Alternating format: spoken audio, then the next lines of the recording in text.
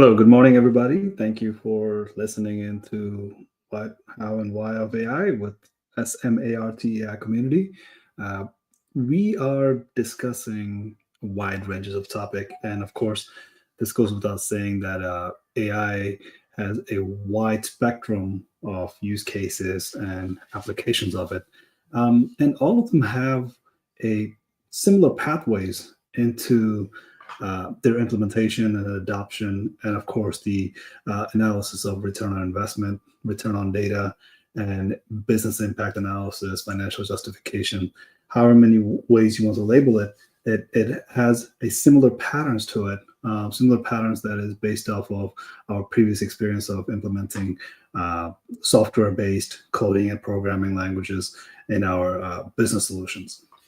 So, as we are moving forward more and more with this artificial intelligence, we are seeing a positive impact in our workforce, positive impact in our society, positive impact in spectrums of topics, right? Because when we talk about AI, we actually emphasize the fact that AI is a societal issue, not necessarily a workplace issue. But that's okay because that's a big topic. So let's get into something that is far more easily identifiable using maybe a celebrity or something like that, right? So what's going on with the AI world these days? So Kim Kardashian just recently had a Tesla robot that was speculated that is being delivered to her, and these humanoid robots will cost her close to around $25,000. That's what's being said. However, it's not necessarily made for a home butler type event, right? But if that's the case, and if people want to buy it, I think that's actually a better use case for these robots than to have them be on the manufacturing shop floor and be the augmentative part of a workforce inside of a shop floor. And I say that very understandably that we should mature these humanoid robots before we put them out on the shop floor and create a disastrous impression of why a humanoid robot should not be in the workforce. There's multiple reasons to talk about humanoid robots because these humanoid robots are not necessarily being utilized in the right fashion, in the right physical forms. So when we talk about robots, we always say like robots have two hands and two legs, just like humans do, right? Um, Robots are not just that. There's many forms of robot. Tesla cars are robots. It's just that we don't call it robots because Tesla cars doesn't have two hands and two legs to walk on. So this Kim Kardashian experience of having a new robot, I think it's a great ways to get accustomed to these interactions between a say party goers and a butler that's serving them with uh, uh, drinks and hors and those type of things, right? So this one came out as a news flash, but I think this is what's going to become a norm as we go forward because there's a tremendous opportunities for companies to invest in human and robots, either to sell it or to buy it. Either way, both sides will profit through their financial margins. So again, Ben Affleck, right? It just shook lots of people to their imagination to say like, how does a celebrity describe what artificial intelligence is, and does it with some actual understanding to it, right? So he talked about vectors, and really is one of the key component of AI machine learning is understanding of this vector. This vector is what enables an exponential growth versus incremental growth, because incremental growth is what we are used to for the last 20 years of IT services, which is that if I deliver you this version 1, version 2, version 3, version 4, version 5, over time you will see a improvement of what it has been that's being delivered. But with AI space, in a vector space, these growths are exponential. And one of the key points I want to point out that up until 2022, we had literally few numbers that we said we are restricted by these few numbers. But in 2022, we realized that there's another set of numbers that we can play with, and that creates an exponential growth that is unfathomable, because that number before 2022, we've been working with it for the last almost 30, 40 years. And that number, we said, well, there's no possible way we could have another set of numbers on top of that. But because there was a one shift in number, it created a whole nother exponential possibility for the systems to process data and process them in lightning speed, which is that by 2022, we already had lightning speed. But now imagine it's faster than that, right? So this vector was key part of the discussion, but he mentioned it only once. But the reason I bring that up is because what he described, I think there's a lot to unpack there. Lot to unpack in the sense that there's lots of these push and pull about, hey, is this AI real or not? How would AI take my job, and how will AI do my job better? What happened to the artist? This conversation literally takes away the core of the conversation. Core of the conversation is data and what is the return on data, because these are news media life cycle. These conversations will come and go, and this conversation has been happening for hundreds of years at this point, right?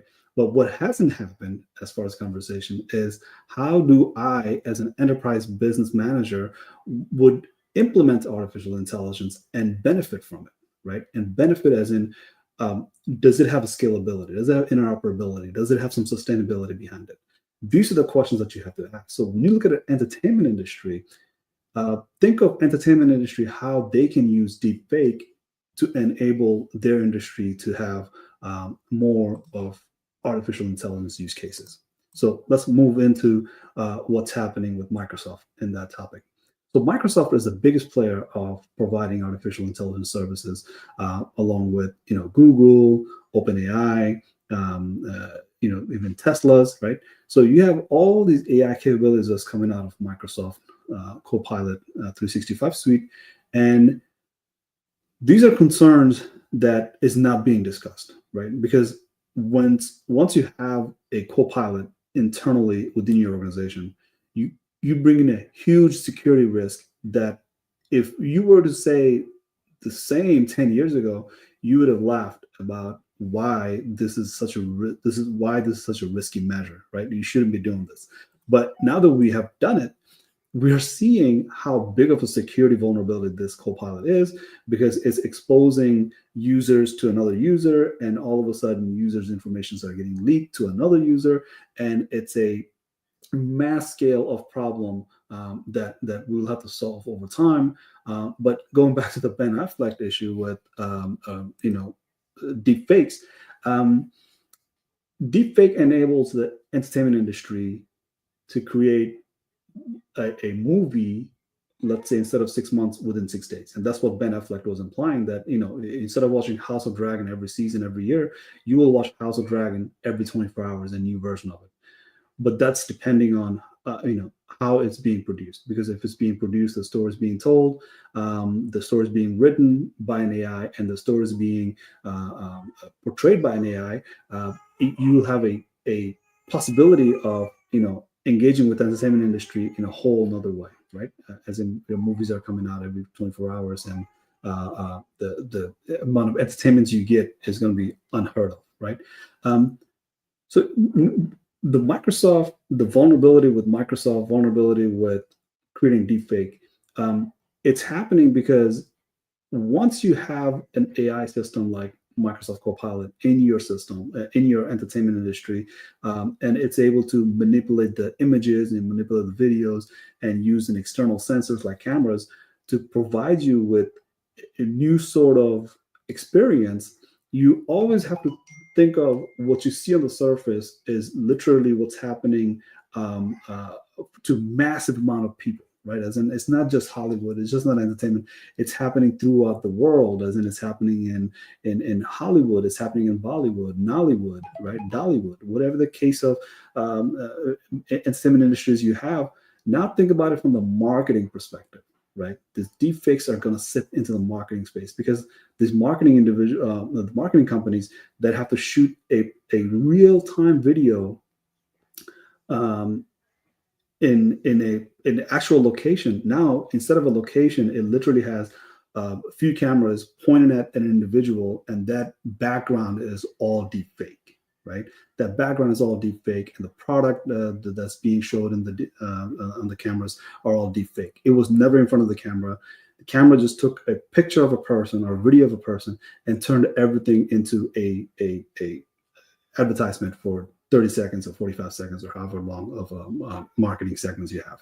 So you have all these capabilities, but if you think about it, these Copilot in Microsoft, if it wasn't containing your IPs, it wasn't containing your content in a secured environment where only you can access it, or at least you can access it along with your teammate that you allow to access it. If we don't contain those, somehow, all the organizations will start feeling the burn of content being spilled into the public space where it's not supposed to be in, right? So you have these huge possibilities coming through, but huge possibility that comes with a huge amount of risk. And these risks needs to be really evaluated. And we really need to understand how data spills and how the data gets leaked, and how data privacy will be a major top dollar concern that is coming to fruition as we speak. So there's been lots of these AI tools that are coming into the market. We are using it, and we're using it very happily. But just like Microsoft Copilot, you still have this vulnerability of things getting leaked by ChatGPT, things getting leaked into your AI system that is not necessarily looking out on your behalf to keep your privacy intact, right? So as you're thinking about upskilling, think about upskilling not from the point of how to use AI, but how to prevent that AI to do damage, right? How to prevent that AI from doing things that is not in best of your interest, right? So you have lots of these scaling back into understanding that just because you have ability to buy AI and get that AI into your workspace doesn't necessarily mean that's what you have to do and that's what you should do today. But there's smaller pieces of AI that you can get into slowly and build your AI capability over time. And upskilling is one of the core components that helps you with, get in front of this AI race and help you scale and sustain with good return on investment, rather than good return on investment for the first 6 months, but a year and a half later, it becomes devastatingly uncontrollable because there was no the parameters, the access management, all these capabilities that's supposed to be in there for the infrastructure was never really built. And now that AI has spilled all over the place, and your data has spilled all over the place, you really have no way of controlling this the spills. So we'll leave it at that. Thank you so much for listening. And if you are interested in joining us on a weekly basis, we have lots of these conversations that are happening, not just with deepfake, but AI agent, digital twin. What does it mean for MLOps, to be implemented in your organization? Lots of these conversations are happening on a weekly basis. Come and see us. And then, if you have any questions, put it on the chat, or just, come and ask it yourself, right? We'll be able to answer that. And we love answering those questions because that kind of challenges us to improvise those answers based on your professional experience, based on your domain expertise. Thank you so much, and have a good week.